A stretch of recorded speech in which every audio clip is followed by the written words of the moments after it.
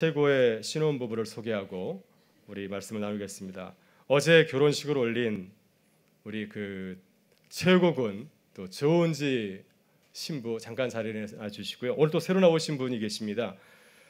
천일수 자매님, 우리 은강교회 천일령 권사님 언니 되시는데요. 네, 우리 큰 박수로 환영하고 맞이하겠습니다. 잘 오셨습니다. 감사합니다. 자리에 앉아주시고요. 감사합니다. 우리 같이 인사 나누고 말씀을 나누도록 하겠습니다. 우리는 그리스도의 사랑을 전하는 교회입니다. 다시 한번 옆 사람을 향해서 축복의 말씀을 나누겠습니다. 당신은 사랑받기 위해 태어난 사람입니다.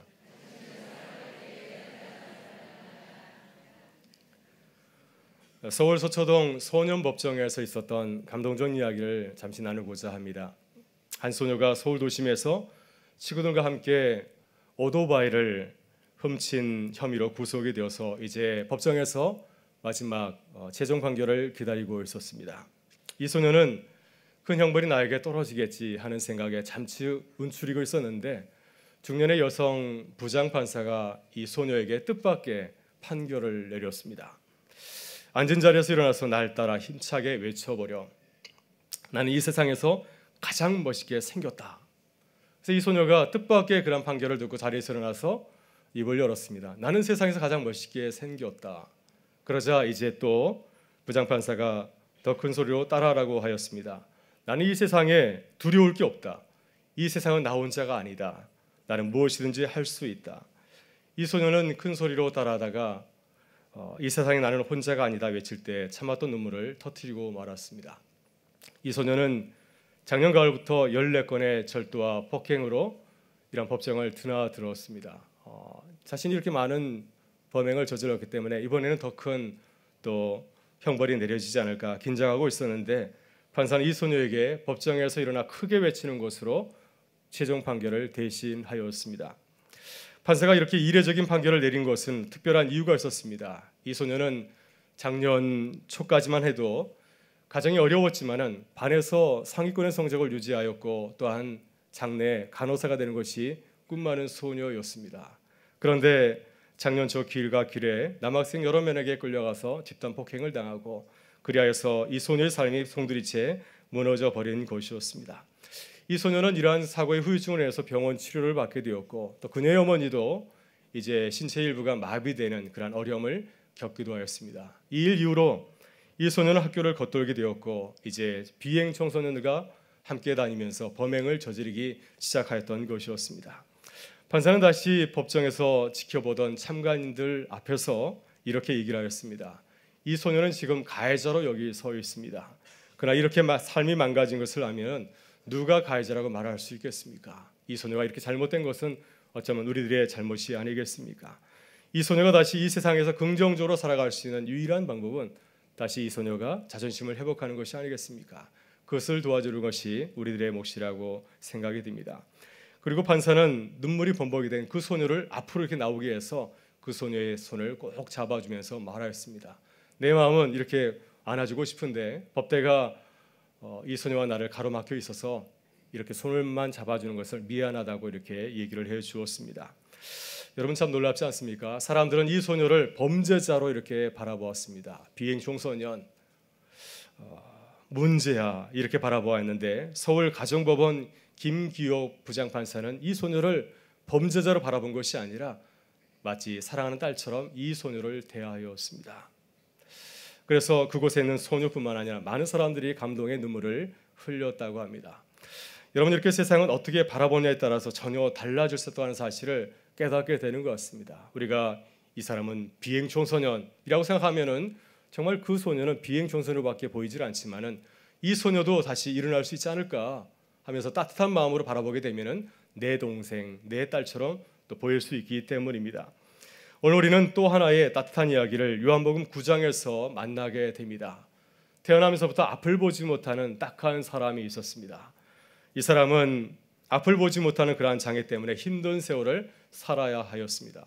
하나님께서 지으신 아름다운 자연도 볼 수가 없었고 감상할 수 없었고 또 나를 낳아준 어머니, 아버지의 얼굴도 볼 수가 없었습니다. 앞을 보지 못하고 구걸하는 것도 서러운데 아무도 그녀를 이 사람을 따뜻하게 대해주질 못하였습니다. 그래서 이 사람은 길거리에서 구걸하면서 그렇게 의미 없이 살아가게 되었던 것이죠. 그런데 그 인생 가운데 아주 놀라운 사건이 일어났습니다. 오늘날 예수님께서 그에게 찾아와 주셔서 진흙을 이겨서 그의 눈에 발라주시면서 따뜻하게 말하였습니다. 실로암에 가서 씻어 보아라. 실로암에 가서 씻어라. 그래서 그 말씀을 듣고 실로암 연못가에 가서 내 눈을 씻었더니 다시 보게 되었습니다. 사람들이 이 사람이 고침을 받은 이후에 정말 그 사람이 예전에 길에서 구걸하던 사람이 맞는가 하고 물을 정도로 이 사람은 예수님을 만난 뒤에 건강한 사람으로 회복하게 된 것이었습니다.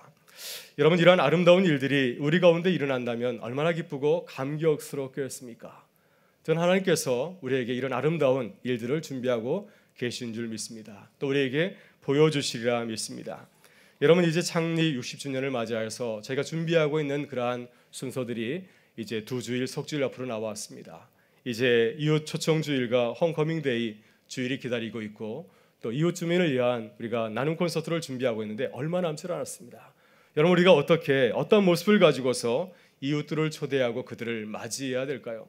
우리가 어떤 모습으로 그들에게 다가가야 그들이 우리를 통하여서 하나님을 만나는 귀한 기쁨을 누릴 수 있겠습니까? 오늘 이 시간 예수님께서 우리에게 보여주신 말씀을 다시 한번 깊이 묵상하실 수 있기를 바랍니다.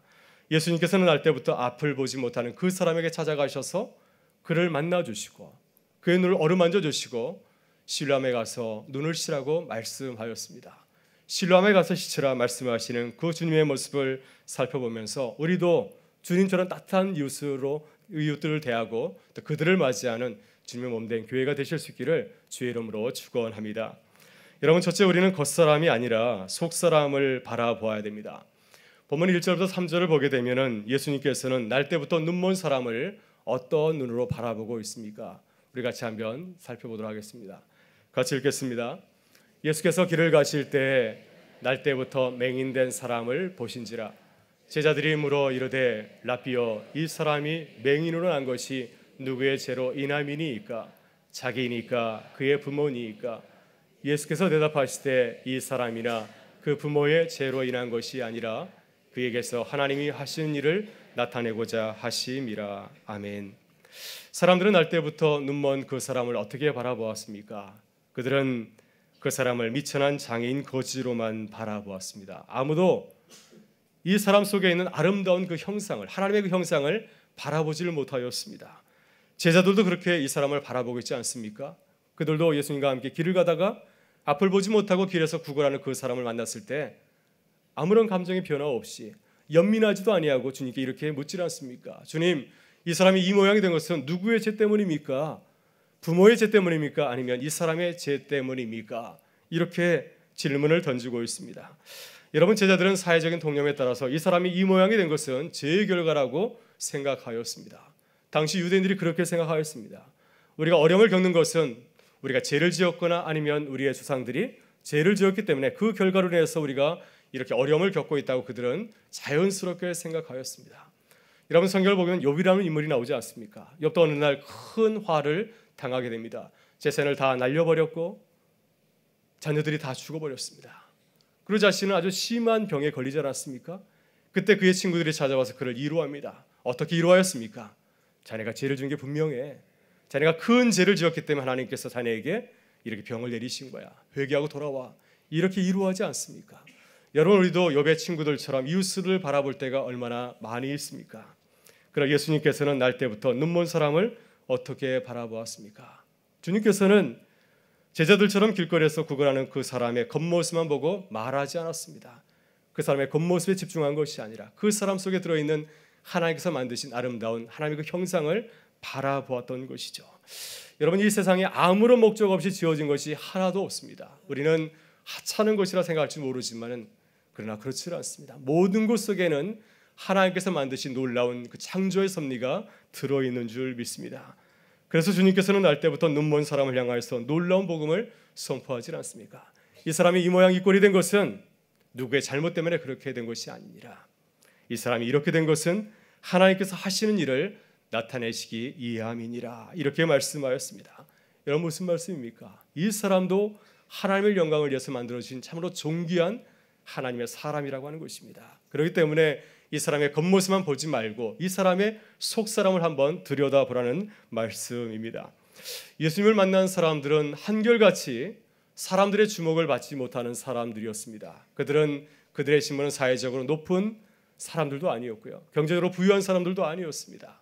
또 그들은 많이 배운 사람들도 아니었습니다. 그들은 낮고 천한 사람들이었습니다. 유대인들은 그런 사람들 향하여서 암하레츠, 땅의 사람들이라 불렀습니다. 바리새인들은 그들을 향하여서 죄인들이라고 불렀습니다. 아무도 그들을 하나님의 형상으로 대하지 않았습니다. 그러나 예수님께서는 그들의 겉모습을 보신 것이 아니라 그들도 역시 진주처럼 아름다운 하나님의 사람들이라고 바라보았습니다.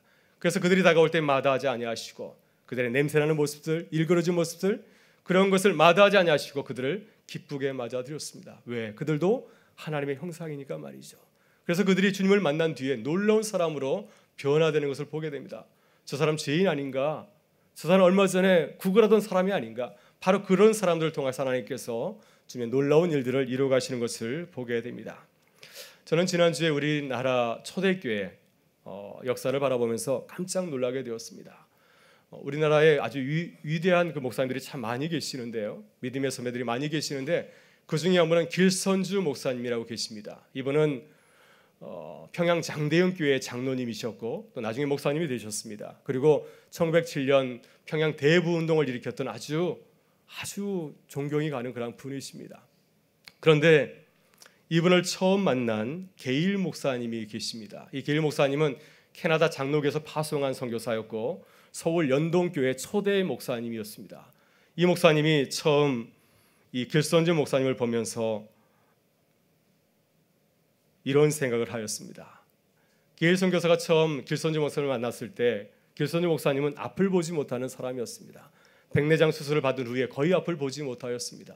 또 그분은 아주 도교에 침체된 한의사였습니다. 그래서 그의 겉모습만 보면서 그분이 이렇게 생각하였다고 합니다.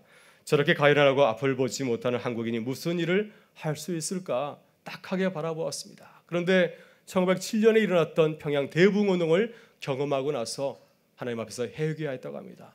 이 길선지 목사님이 전하는 그 강력한 하나님의 말씀과 또 그분이 가지고 있는 그 깊은 영성을 바라보면서 저분이 우리 선교사들보다 훨씬 낫다, 내가 저분들을 깔봤다고 하면서 하나님 앞에서 회개하였다고 고백하는 글을 읽은 적이 있습니다.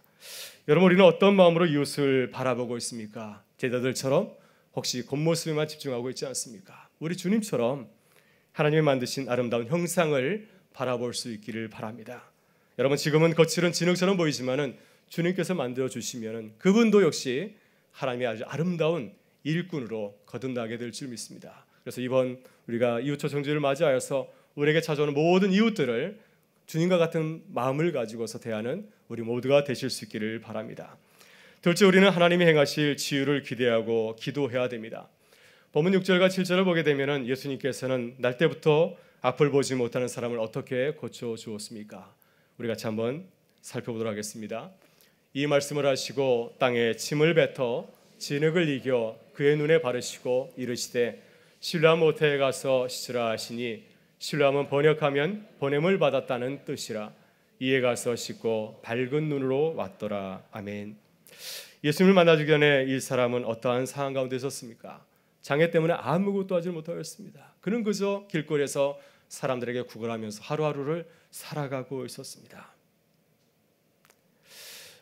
장애 때문에 말이죠, 이렇게 삶이 망가진 것을 우리가 보게 됩니다. 제가 대학 다닐 적에 저희 과에 앞을 보지 못하는 형이 하나 있었습니다. 바로 이 형이 이제 수업 시간에 앞에 나와서 자신의 속에 담겨있는 그 냉소적인 생각을 털어놓아서 우리를 깜짝 놀라게 한 적이 있습니다. 이 형은 평소에 아주 밝은 사람이었습니다. 잘 웃고 농담도 잘했고 또 주위 사람들 아주 기분 좋게 만드는 그런 형이었는데 사실은 그 정반대였었습니다. 겉사람은 웃고 있었지만 속사람은 굉장히 어두웠습니다. 이 형은 초등학교 6학년 때 실명하였는데 자신은 참 사랑을 믿지 않는다고 하였습니다. 세상의 모든 것을 부정하였습니다. 하나님도 믿지 않았고 어머니의 사랑까지도 부정하였습니다. 어머니께서 그 아들을 위해서 얼마나 노심초사 사랑을 부었겠습니까? 그런데 어머니의 사랑도 위선적인 사랑이라고 바라보면서 깜짝 놀랐습니다. 여러분, 사람이 이렇지 않습니까? 우리 안에 장애가 있으면 세상을 바로 바라보지를 못합니다. 우리가 이렇게 하나님을 만나서 이렇게 밝은 눈으로 세상을 바라보지만은 우리도 주님을 깊이 만나기 전에는 우리 자신을 바라보면서 세상을 향하여서 그러한 일그러진 눈으로 바라볼 때가 얼마나 많이 있었습니까? 그러나 주님께서는 날 때부터 눈먼 사람의 그 장애를 아시고 그를 고쳐 주었습니다. 주님이 이 사람을 치유하는 모습을 바라보면 얼마나 감동적인지 모릅니다. 주님은 전능하신 분입니다. 말씀 한마디로 천하를 다 만드시는 분이 아니십니까? 그렇기 때문에 주님께서는 이 사람을 향하여서도 눈뜨게라고 말한다고 한다면 아마 그 사람이 눈을 뜨게 될 것입니다. 그러나 주님께서는 그렇게 말씀하지 아니하시고 그에게 친히 다가가셔서 진흙을 이겨서 그의 눈에 발라주시면서 사랑스러운 말로 그에게 말씀하였습니다. 실로암 못에 가서 씻으라. 실로암 못에 가서 씻으라. 예수님께서 이 사람을 치유하시는 모습을 보게 되면 토기장이 하나님이 생각나질 않습니까? 대체 하나님께서 아담과 하와를 창조하실 때 진흙을 이겨서 사람을 만드시고 그 코에 생기를 불어넣어 주셨습니다. 이렇게 정성스럽게 하나님께서 우리를 만드셨는데 지금 이 사람은 하나님의 형상을 잃어버리고 고통 가운데서 신음하고 있었습니다. 주님께서 이 사람의 장애를 안타까워하시고 그에게 다가가셔서 친히 다시금 그를 아름다운 사람으로 회복시켜 주신 것이었습니다. 진흙에 침을 이겨서 그의 눈에 발라주셨습니다. 어떤 사람들은 그것을 보면서 더럽다 생각할지 모르겠지만 주님께서는 아담과 하와의 그 코에 생기를 불어넣으신 것처럼 직접 자신의 침을 뱉어서 진흙을 이겨서 그의 눈을 발라주어서 그의 눈을 뜨게 하신 것이었습니다. 마가복음 7장을 보게 되면 예수님께서는 기먹고 말 더듬는 사람을 만났을 때도 역시 똑같이 그렇게 하셨습니다. 주님께서는 말도 하지 못하고 또 듣지 못하는 그 사람을 바라보시면서 너무 안타까워서 그 사람의 귀에 손가락을 집어넣으시고 또 침을 뱉어서 그의 혀에 대시면서 에바다 하고 외쳤습니다. 에바다는 열려라는 그런 말씀이죠. 주님께서는 그의 형상이 망가진 것을 보면서 사랑으로 그에게 다가가셔서 만져주시고 또 에바다고 외쳤던 것이었습니다. 주님께서 에바다고 외칠 때 이 사람이 다시 온전케 되어서 귀가 열리고 혀가 맺힌 것이 풀려서 다시 말을 하게 되었습니다. 여러분 날 때부터 눈먼 사람도 주의 말씀대로 실로암 못에 가서 씻었을 때 다시 보게 되었습니다. 그의 육신뿐만 아니라 그의 마음까지도 회복하게 되었습니다. 그가 이제 건강한 사람이 되어서 돌아왔을 때 많은 사람들이 그를 보면서 깜짝 놀랐습니다. 이 사람이 길에서 구걸하는 사람이 맞는가 하고 물었을 때 이 사람은 내가 바로 그 사람입니다. 예수님께서 나를 이렇게 고쳐주셨습니다 하면서 분명하게 자신의 신앙을 고백하였습니다. 여러분 이렇게 주님께서 우리를 치유하시면 우리는 전혀 다른 사람이 될 줄 믿습니다. 누구라 할지라도 주님의 그 치유를 경험하게 된다고 한다면 이렇게 건강한 사람으로 회복될 줄 믿습니다. 여러분 따라서 우리는 이웃을 초대하면서 하나님의 그 치유를 기대하면서 기도할 수 있기를 바랍니다. 지금의 그 모습을 우리가 가까이 다가가게 먼 그런 당신처럼 보일지 모르겠지만은 저 사람도 하나님을 믿을 수 있을까? 저 사람도 하나님의 사람일까? 라고 의심할지 모르지만은 그러나 그 사람도 주님을 만나게 된다면 주님의 그 치유를 경험하게 된다고 한다면 그 사람도 전혀 다른 사람이 되어서 모든 사람이 깜짝 놀랄 만한 주님의 일꾼이 될 줄 믿습니다. 그래서 이번 가을에 우리가 주님의 그 치유를 기대하면서 기도하면서 이웃들을 맞이하는 우리 교회가 되실 수 있기를 바랍니다. 셋째, 우리는 주님이 보내신 이웃의 사명을 바라보고 기도해야 될 줄 믿습니다. 우리 본문 10절부터 11절의 말씀을 다시 한번 살펴보겠습니다. 주님께서 이 사람을 향하여서 그의 사명을 말씀을 하고 있습니다. 같이 읽어보겠습니다. 그들이 묻되 그러면 내 눈이 어떻게 떠졌느냐? 대답하되 예수라는 그 사람이 진흙을 이겨 내 눈에 바르고 나더러 실로암에 가서 씻으라 하기에 가서 씻었더니 보게 되었더라. 아멘. 예수님께서는 이 사람에게 실로암 못에 가서 씻으라 하였습니다. 여러분 실로암 못이 어떠한 곳이기에 예수님께서는 실로암에 가라고 하셨을까요? 왜 그 자리에서 눈을 뜨게 하지 아니하시고 실로암 연못에 가게 했을까요? 여러분 이 실로암 연못은 히스기야의 왕이 만든 연못이었습니다. 아시리아 사마리아립이 이 예루살렘을 공격하였을 때 그 공격을 피해서 방어하기 위해서 이 성문 밖에 있는 샘에서 그 샘물이 이 예루살렘 안으로 흘러내리게 하는 연못을 만들었는데 바로 그 연못이 바로 이 실로암 연못이었습니다. 성 밖에 있는 높은 곳에서 성 안에 있는 가장 낮은 곳으로 수로를 내서 물이 흐르게 되었는데 그 가장 낮은 곳이 바로 이 실로암 연못이었습니다. 예수님께서는 이 사람에게 가장 낮은 곳으로 가라고 말씀하신 것이었죠. 또 이 사람이 신라한 연못에서 자신의 눈을 씻기 위해서 허리를 숙이고 무릎을 꿇고 또 고개를 숙여서 자신의 눈을 씻었을 것입니다. 이제 주님께서 이 사람에게 실로암에 가서 씻으라는 그 말씀은 다시 그냥 단지 눈을 씻으라는 말씀이 아닌 것이죠. 이제는 가장 낮은 곳에서 가장 낮은 마음으로 주님의 일을 감당하라는 말씀입니다. 여러분, 히브리어로 실로암이라는 말은 보냄을 받았다는 뜻을 담고 있습니다. 여러분, 초대교회 사도들, 제자들을 사도라고 불렀습니다. 사도라는 말은 헬라어로 아포스톨로스라고 하는데 이 말은 보냄을 받은 사람이라는 뜻을 담고 있습니다. 여러분, 사도는 어떤 사람입니까? 십자가 달리신 예수 그리스도의 그 은혜를 세상 가운데 전하는 사람입니다. 예수를 전하는 사람이 바로 이 사도이죠. 예수님께서는 이 사람에게 이 실로암 사명을 맡긴 것입니다. 내게 주신 은혜, 내게 주신 은혜를 사람들에게 전하는 그 사명을 그에게 주신 것이었습니다. 요한복음 9장을 보게 되면 이 나면서 눈면 사람은 하나님의 놀라운 신을 경험한 후에 내게 주신 그 실로암의 사명을 끝까지 잘 감당하는 것을 우리가 보게 됩니다. 여러분, 주님은 그의 눈을 뜨게 하였을 때 그는 새로운 사람으로 거듭나게 되었습니다. 많은 사람들이 그를 보면서 깜짝 놀랐습니다. 바리새인들이 그에게 찾아왔습니다. 바리새인들은 이 기적을 기적으로 바라보지 아니하고 예수님께서 안식일에 이 기적을 행하였기 때문에 예수님은 죄인이라고 생각을 하였습니다. 하나님께서 보내신 사람이 아니고 그는 선지자가 아니라고 말하였습니다. 이러한 사실을 사람들에게 전하라고 그에게 윽박질렀습니다. 만약에 너가 우리가 시킨 대로 하지 아니하면 우리는 너를 출교시켜버리겠다. 출교는 유대인 공동체에서 생활하지 못하고 그 밖으로 추방하는 아주 무서운 행위를 말하고 있습니다. 그러나 주님에게 고침을 받은 이 사람은 놀랍게도 주께서 내게 주신 사명을 끝까지 잘 감당하였습니다. 그는 자신이 경험한 그 하나님의 은혜를 있는 그대로 고백을 하였습니다. 바리새인들이 이 놀라운 기적을 바라보면서 믿지 못하였을 때 오히려 그들의 무지를 갖다 꾸짖고 있습니다. 어떻게 당신은 이 놀라운 기적을 바라보면서도 왜 이 안에서 하나님의 기적을 깨닫지 못하십니까? 하면서 그들을 책망을 하고 있습니다. 또 유대인들이 그를 출교시키겠다고 이협을 하고 또 결국에는 그를 출교를 시켜버리게 되죠. 그러나 그는 출교를 당하였지만은 자신의 신앙을 포기하거나 끝까지 주님을 버리질 아니하였습니다. 주께서 그를 고쳐주었을 때 그는 놀라운 사도로, 놀라운 그 사명자로 거듭나게 되는 것을 우리가 보게 됩니다. 여러분, 우리도 그렇습니다. 주님께서 우리를 주님의 사도로 부르신 줄 믿습니다. 주님께서 우리를 부르셔서 고쳐주셨기 때문에 우리가 주님의 은혜와 사랑을 나누는 주님의 사람으로 거듭나게 된 줄 믿습니다. 여러분, 지난 주일 저녁에 볼리비아 무니페 선교사님이 오셔서 말씀을 전해 주셨습니다. 무니페 선교사님이 두 사람의 현지인 볼리비아 사람을 모시고 왔습니다. 그분들은 목사님들이었는데 40대 전후의 젊은 목사님들이었습니다.